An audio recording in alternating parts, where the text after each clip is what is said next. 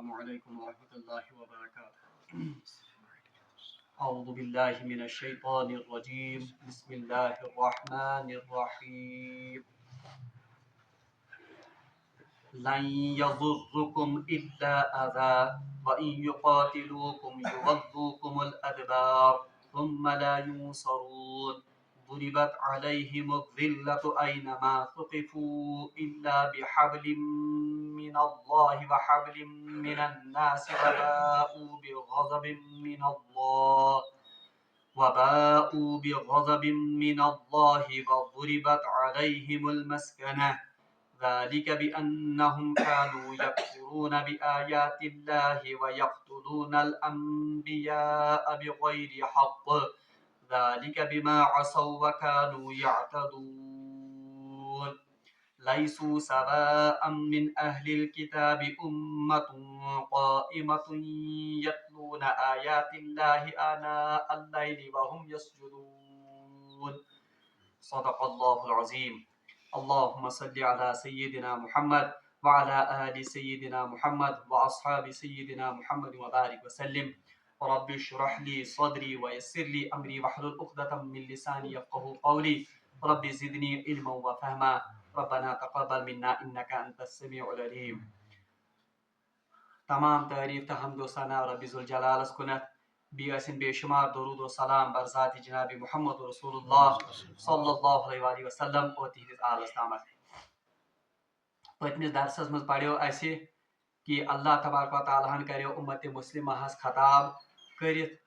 آیو تمن ون کہ تہی چھو سو بہترین امت یس زن لکو مز ژارنہ آمز امہ خاطر کہ تہ چھو لکن نیکی ہند یا بلائی ہند حکم کرن اور تہ چھو تمن برائیو نش بچاون اور تہ چھو اللہ تبارک و تعالیٰ ہس پہ ایمان انن. اور آخری ٹکڑ اس زن آیتک بہرحال تر مز ونیو مے تہ ولو آمن اہل الکتاب لکان خیر لہم کہ کاش یا اگر یہ اہل کتاب ایمان لاتے تو ان کے حق میں یہ زیادہ بہتر ہوتا. منہم المؤمنون واکثرهم الفاسقون. ان میں سے کچھ مومن ہیں یعنی اہل کتاب میں سے کچھ لوگ ایسے ہیں جنہوں نے اللہ پر ایمان لایا ہے جو حقیقی معنی میں مومن ہیں. واکثرهم الفاسقون لیکن اکثریت ان کی فاسق ہے. فاسق کا مطلب ہے یعنی فاسق چامد مومنس اپوزٹ. اس کا مطلب یہاں پر فاسق کا ہے کافر. یعنی اکثر اہلی کتاب جو ہیں وہ کافر ہیں اگرچہ کچھ اہلی کتاب نے ایمان بھی لایا ہے. آج آیات یم آئے مبارکہ میں تہ برونٹھ تلاوت کر. بہرحال ان آیات میں خطاب ہے جو مدینہ پاک میں یہودی بستے تھے. یم زن مدینہ پاکس مز یہودی آباد اس تو ان کے بارے میں یا ان سے خطاب ہے ان آیات میں. بالخصوص تمن یہودین یم زن یہودی زبان سے اقرار اس کارن کہ اساس اون تہ پہ ایمان مگر دل میں ان کے بغض تھا اور دل میں ان کے ایمان نہیں تھا. یعنی یم منافق یہودی ان کے بارے میں یہ آیات نازل ہوئی ہے اور ان آیات میں انہی یہودیوں سے خطاب ہے. اللہ تبارک و تعالیٰ فرماون اعوذ باللہ من الشیطان الرجیم لن یضرکم الا اذی. یا رسول اللہ صلی اللہ علیہ وسلم اور اے مومنو یاد رکھو لن یضرکم الا اذی. یہ اہلی کتاب یہ یہودی یہ منافق یہ آپ کو کوئی بھی نقصان نہیں پہنچا سکتے الا اذی. ہاں تھوڑا بہت یعنی ان میں اتنا دم خم نہیں ہے یا ان میں اتنی صلاحیت نہیں ہے کہ یہ آپ کو کوئی نقصان پہنچائے. لن یضرکم الا اذی. اذی یوزن چھ بنیادی طور پر چھ لفظ الف حمزہ زبر ذال دو زبر ذن اذن. یل تہ کن چیزس پہ تنوین آسن چھ اس کا مطلب ہے اس کی حقارت کو بیان کیا جاتا ہے یا اس کی کمی کو بیان کیا جاتا ہے.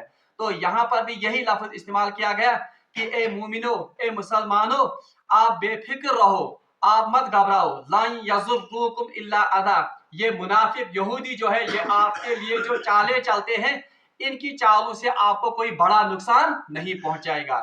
یعنی یہ پیشن گوئی کرنا اور یہ پیشگی اطلاع دن مسلمانن کہ آپ ان یہودوں سے مت گھبراؤ آپ ان یہودوں سے مت مرعوب ہو جاؤ کیونکہ یہ آپ کو کوئی بڑا نقصان نہیں پہنچا سکتے. ہاں تھوڑا بہت زبانی آپ کو تکلیف پہنچا سکتے ہیں. بہرحال زبانی تکلیف تو ہر کسی کو پہنچتی ہے. یعنی تاہب کہتے ہیں برا بلا کہیں گے آپ کو یہ کوسیں گے بس اتنا یہ کر سکتے ہیں. آپ کے سامنے یہ جنگ کے لیے تیار نہیں ہو ٹکن تمز کی. وَإِن يُقَاتِلُوكُمْ يُوَلُّوكُمُ الْأَدْبَارَ. اگر آپ کو ان کے ساتھ مقابلہ کرنا پڑے یعنی اگر ان پہ ساتھ مقابلہ کر جنگ کر یولوکم الادبار تو یہ پیٹ پھیر کر بھاگ جائیں گے، یعنی اتنی قوت اور اتنی ان میں جرت نہیں ہے کہ یہ مسلمانوں کے سامنے جنگ کے لیے تیار ہو جائیں یا ان کے ساتھ جنگ کریں، بلکہ اگر ایسا کوئی موقع آیا بھی تو یہ پیٹ پھیر کر بھاگ جائیں گے ثم لا ینصرون، اور پھر آپ دیکھو گے کہ ان کی مدد کرنے والا کوئی نہیں ہوگا۔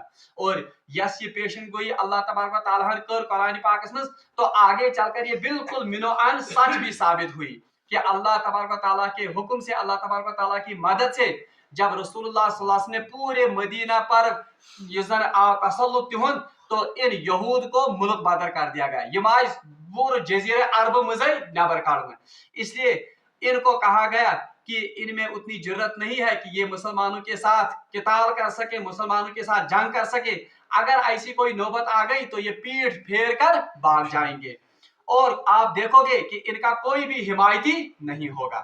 وہ یہ گۄڈنِچ پیشن گوئی اور گۄڈنِچ تسلی مسلمان دن کہ یم زن یہود منافق چھ ان سے ڈرنے کی ضرورت نہیں ہے، یہ اتنے بزدل ہیں کہ یہ آپ کے سامنے دو بدو میدان میں جنگ کے لیے تیار نہیں ہوں گے، اگر موقع ایسا آیا بھی تو یہ پیٹ پھیر کر بھاگ جائیں گے۔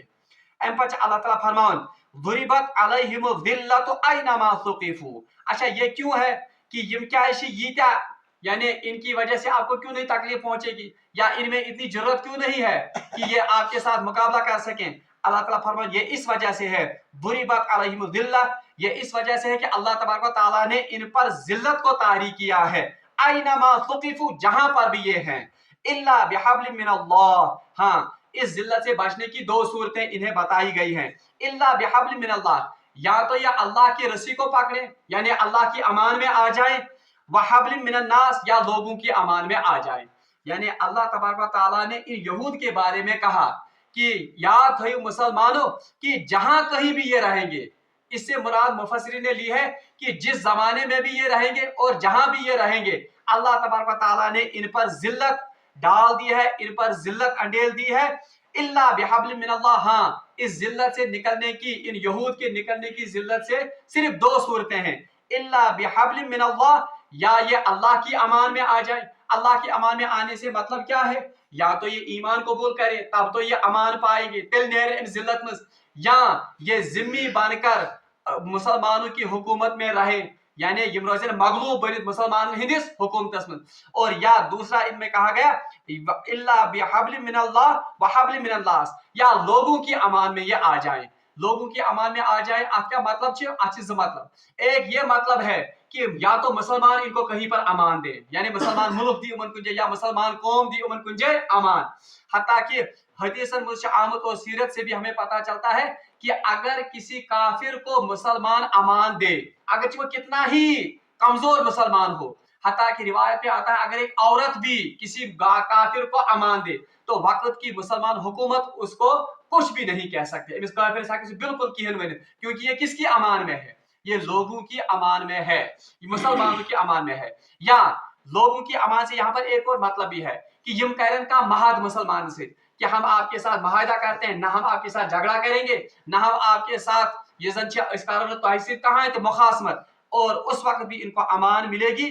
وحبل من الناس سے ایک اور مطلب بھی ہے، سگو یہ یا تو یہ کسی کافر طاقتور حکومت کے سائے میں رہیں، یہ پاک نظر کا مضبوط حکومت آئے چاہے مسلمان یا غیر مسلم، ناس سے مراد ہر کوئی چاہے مسلمان ہو یا غیر مسلمانوں کی امان تو آپ کو سمجھ آ گیا۔ کن ساتن یم زن ذلت مز ہکن نیرت تیل یم یہود، یہ یہود ذلت سے نکل سکتے ہیں یا تو یہ ایمان قبول کریں یا یہ ذمی بن کر رہیں یا یہ مسلمانوں کی امان میں آ جائیں یا یہ کسی طاقتور غیر مسلم ملک یا غیر مسلم حکومت کے امان میں آ جائیں۔ بالکل یہ پڑھنے آج اسرائیل وشن چھے، اسرائیل آج امریکہ کے طاقتور اس نظام کے تحت پل رہا ہے، ورنہ حقیقت یہ ہے کہ اگر اس سے امریکہ کا سپورٹ لیا جائے تو ان میں اتنی جرت نہیں ہے کہ یم کیا ہے کہ مسلمان ملکن سیت یا مسلمان سیت قتال کرے۔